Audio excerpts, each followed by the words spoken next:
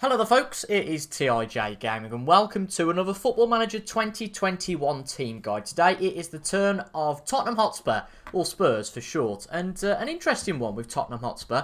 Of course, a few seasons ago they found themselves in the Champions League final against Liverpool, and then it seems to have really all gone downhill since then in the months that came after the Champions League final. It wasn't a great start to the season. Mauricio Pochettino was sacked, Jose Mourinho came into the club, and you might have your opinions on Jose Mourinho, but he's certainly not done all that much so far to take the club forward, although his second season has started fairly promisingly. But Tottenham are a club that don't really seem to be on the up.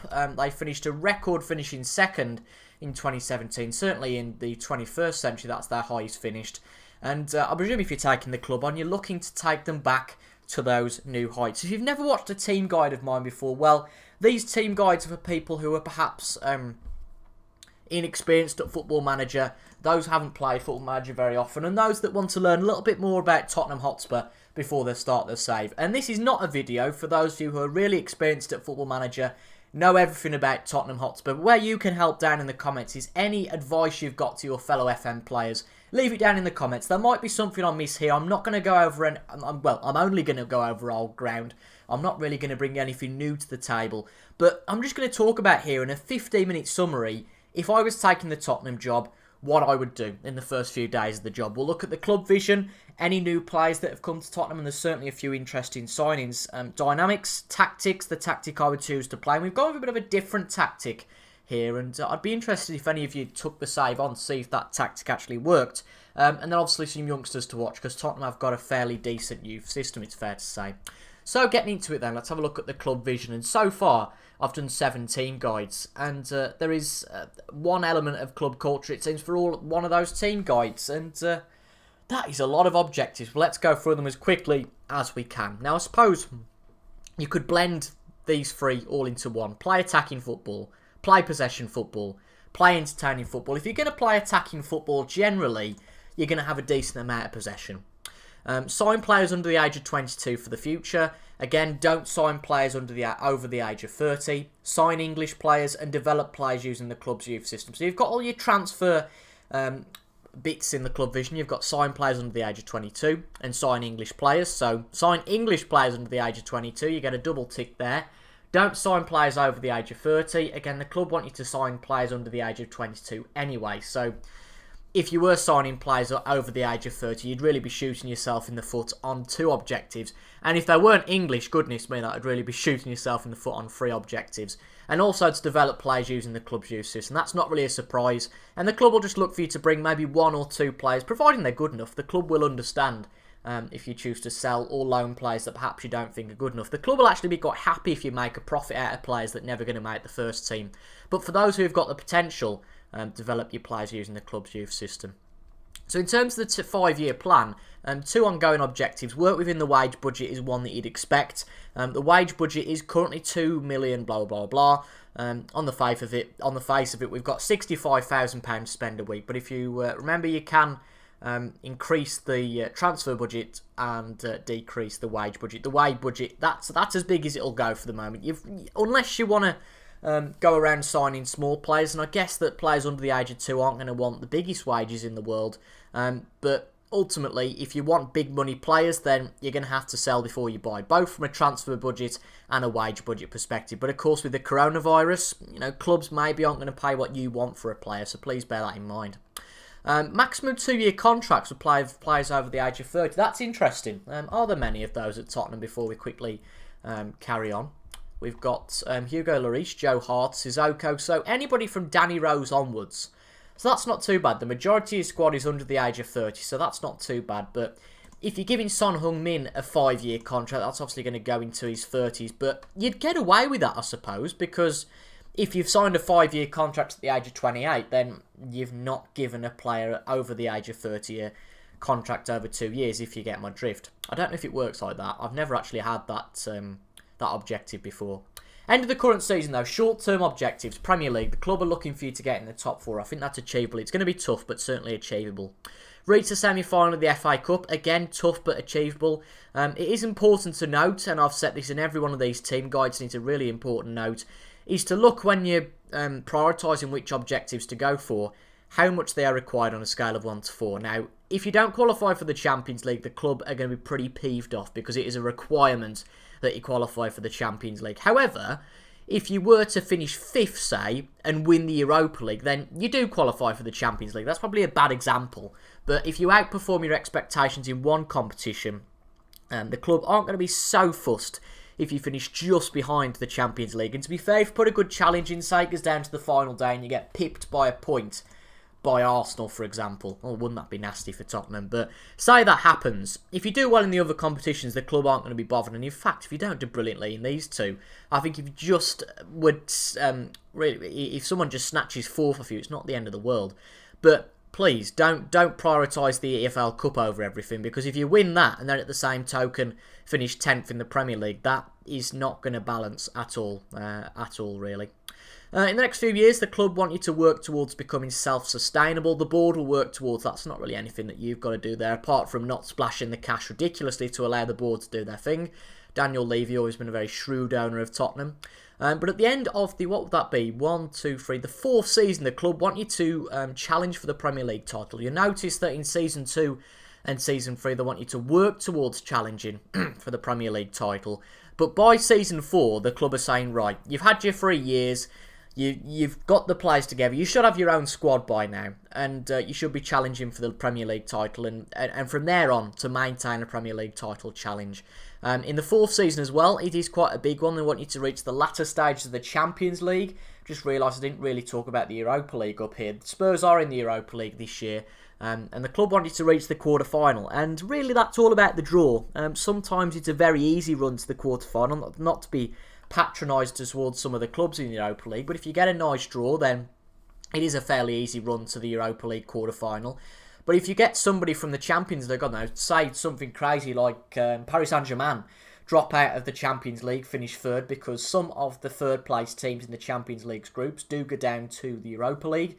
And say a team like that goes in and you're facing them at the last, I think it's the last, is it the last 32 or last 16? I think it's the last 32, isn't it?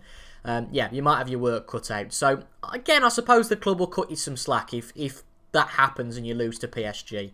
But at the end of the 5 years, they want you to become self-sustainable. Again, the board will do that. As I've said, don't splash too much cash and maintain a Premier League title challenge. So I don't think there's really any trouble with doing that. There's not a massive amount of pressure on you in the first season, just to deliver what I suppose you'd expect from a Tottenham manager.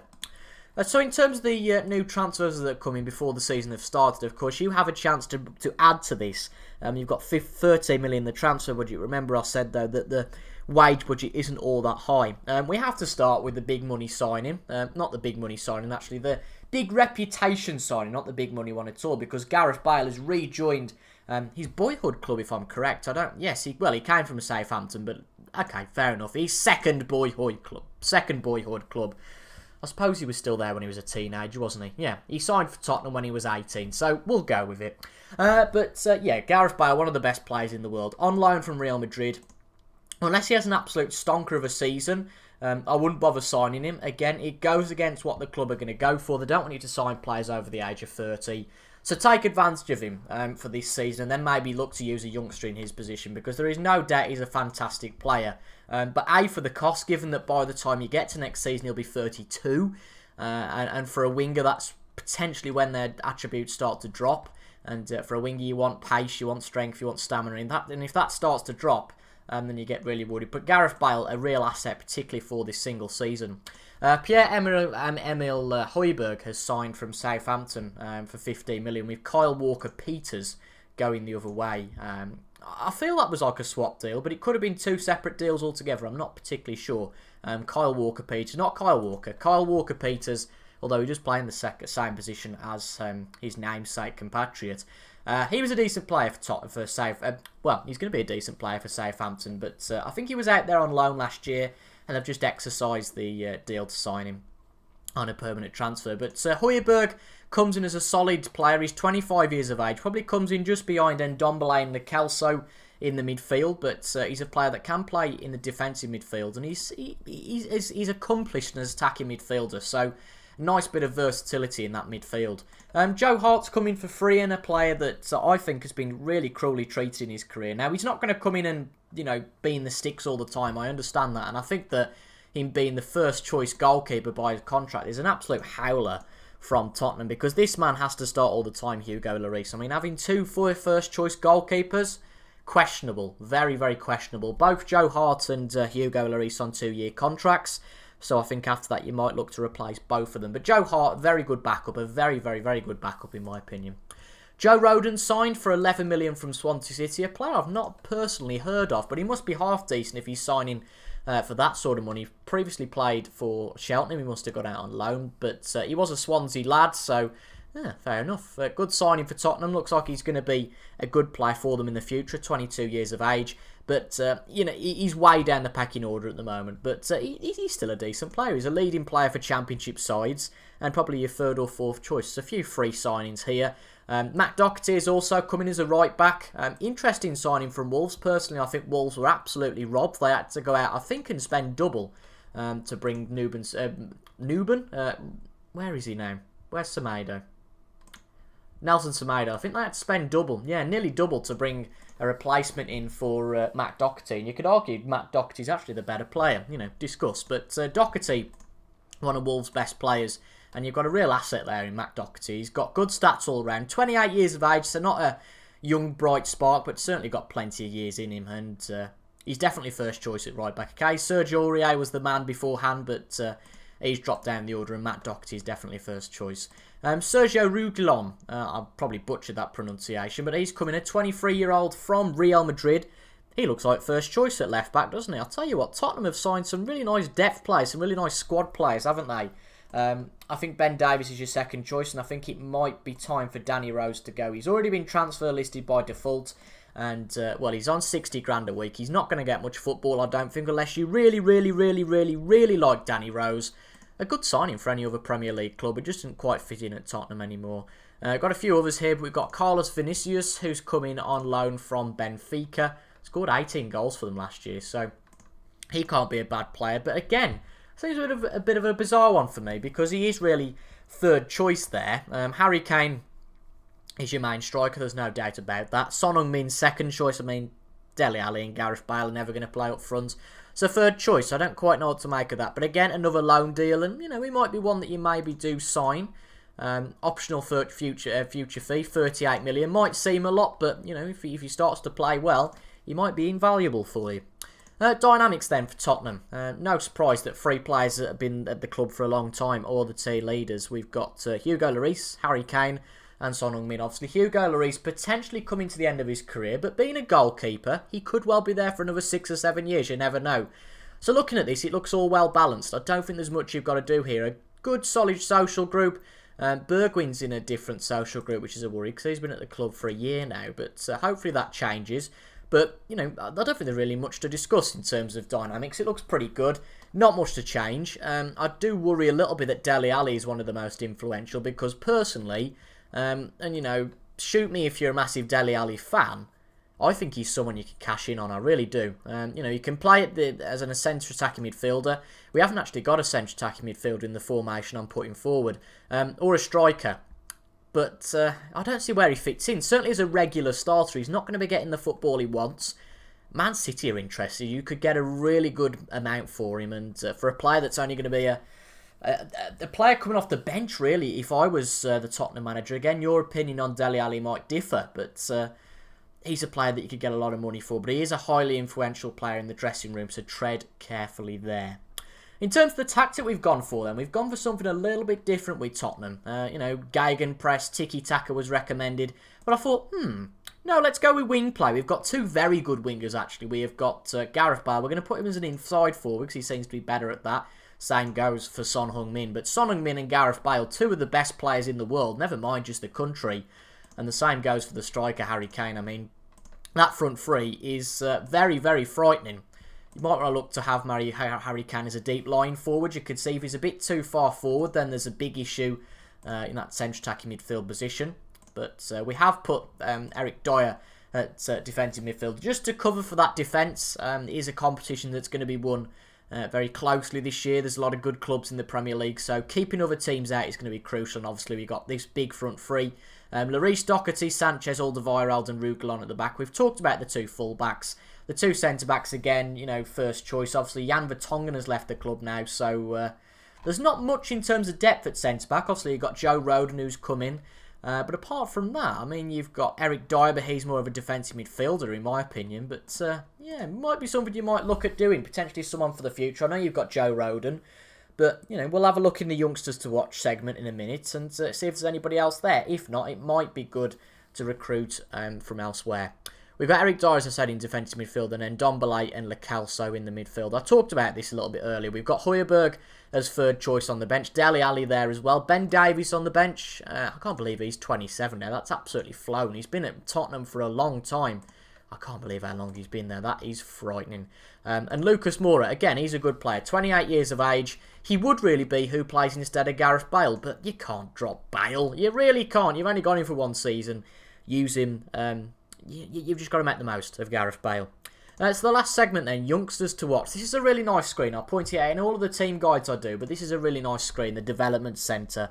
It's a regular report done by your Head of Youth Development, Dean Rastrick, on this occasion. That just looks at all of your youth squads again, the under-23s, under-18s. It might differ in different nations, but in the UK it's under-23s and under-18s. You've got a nice screen here which shows your first team candidates, players that are in the under-23s that perhaps deserve to move up. I mean, I'd be questioning why we've got a midfielder on loan from Benfica if he's only going to be playing in the under-23s. We are paying £240,000 a month for him. We're paying the entirety of his wages, and it would be really strange not to use him in some aspects in the first team. So if you move him to your first team, that would be a definite plus and a no-brainer for me. Two other players here that are first team candidates. Again, you can look at those yourself and have your opinion. You've got your report by one of your coaches done here. It says that Jack Clarke apparently could become a quality player, potentially as good as Son Heung-min. I mean, again, with Gareth Bale only been at the club for 1 year, could Jack Clarke be his understudy? Potentially. Now that looks like a really interesting one. Harvey White again. Looks like a good player. But maybe send them out on loan for us this season, possibly. Let's have a look at the under-23 squad there before we finish. Let's have a look at if there's any real stars. We've got Troy Parrott. He's out on loan at Millwall, so in the Championship. Ryan Sessegnon out on loan at Hoffenheim. I mean, Sessegnon's going to be a special player, I think, no doubt about that. And can play anywhere across the left, so that's encouraging. Just trying to look for a centre-back. Is there any centre-backs? We've got Juan Foyth here, who's been at the club for a while. Out on loan at Villarreal. So I'd keep close attention to that, because you might not have to employ a player externally, but you know, if he's not great, then that could be 15-20 million in the kitty, and a good improvement on 20 million that you signed him for. Someone else to note here is Mauricio Pochettino. Might be a name that you recognise. It is indeed the aforementioned manager's son, so it'd be nice if he came to do well at the club. He seems like he could be a decent prospect, and there are a lot of decent prospects here. Oliver Skip looks like a good player. A lot of players here who could become 4-star ability, and that is really, really special. Another centre-back here, TJ Ioma. Nobody looking fantastic, but Juan Foyth is definitely one to keep an eye on. Someone that's not going to take all that long to develop. Under-18s is always a tricky one to advise on, really, because it's that variable with the under-18s. It depends on a lot of variance, you know, how much they play and where they go out on loan, and just look sometimes how good they become, because, for example, Eddie Carrington could well become a 3.5-star player. He could equally become a 1.5-star player. It's the difference between League One and a Premier League stalwart. It really is. But you know, it's a good youth system at Tottenham, and it looks like there's a fair few players coming through. I've mentioned a few names there, and this screen, of course, will change over time. It'll change to illustrate your first team candidates. Any players who need attention again might need to go out on loan, for example, or have got a problem, got a big injury that maybe has halted their progress, or on the upside, players who are doing very well and their progress is better than expected. And you've got here 5 players to watch. They'll change over time. Players that look like they're going to reach their potential. And as you can see, here's some pretty special taglines that Dane Scarlett could become better than Gareth Bale. I mean, if he could be, then I want him in my Wolves save. I really do. But that's going to be it for today's team guide. I hope you guys have found this beneficial. To be fair, Dane Scarlett is actually the the young prospect at Tottenham. The best hot prospect, apparently. Interesting. You learn something every day. And I hope you guys have learned something from this team guide. I love making these team guides and looking at my opposition. I'm currently doing a beta save of Wolverhampton Wanderers. So it's always nice to look at our opposition and see how good they are in their youth rankings and what tactics they can play, and hopefully it also helps you out as well. And if it has, make sure to leave a like down below. Comment your thoughts as well. Any questions, feel free to leave them down below. And for those of you who are experienced at FM and have stayed along for the entirety, leave your opinions down in the comments. Is there something I've missed? Is there an absolute stonker down in the under-23s and I've completely gone over him? That would be a travesty, wouldn't it? So leave it down in the comments if you think there is. But as I said, if you've enjoyed, leave a like. Subscribe for regular Football Manager 2021 content. This is the 7th team guide in the Premier League. I'll hopefully be working my way through all of the 20 team guides. But we're doing it slowly but surely, taking time with each one. As I said, hope you've enjoyed. But until the next time, I've been TIJ Gaming, and I will see you guys later. Goodbye for now.